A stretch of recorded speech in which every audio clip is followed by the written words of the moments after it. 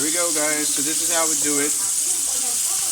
After learning this one, you will never ever throw banana skin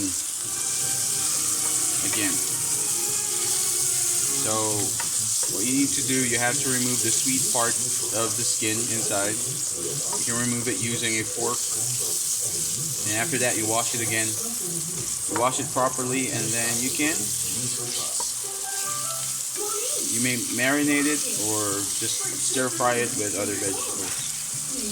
So it's really tasty. You should try it. Mga ka-follow sa akin. So ganito lang po yan.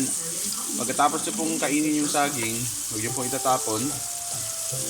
Nakakain pa po yan. Yes. At masustansya po yan. Masustansya po ito. Very rich in protein.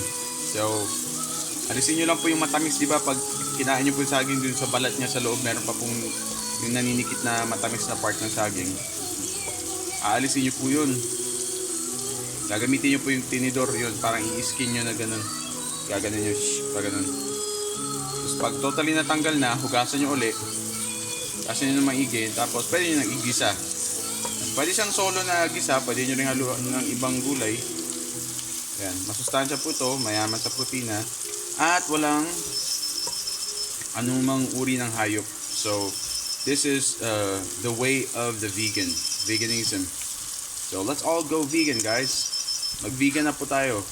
Igalang po natin ang mga hayop, lahat ng hayop sa mundo, dahil hindi po sila pagkain.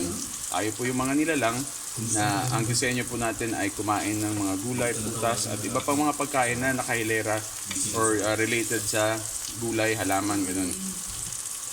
So let's all go vegan. Thanks for watching.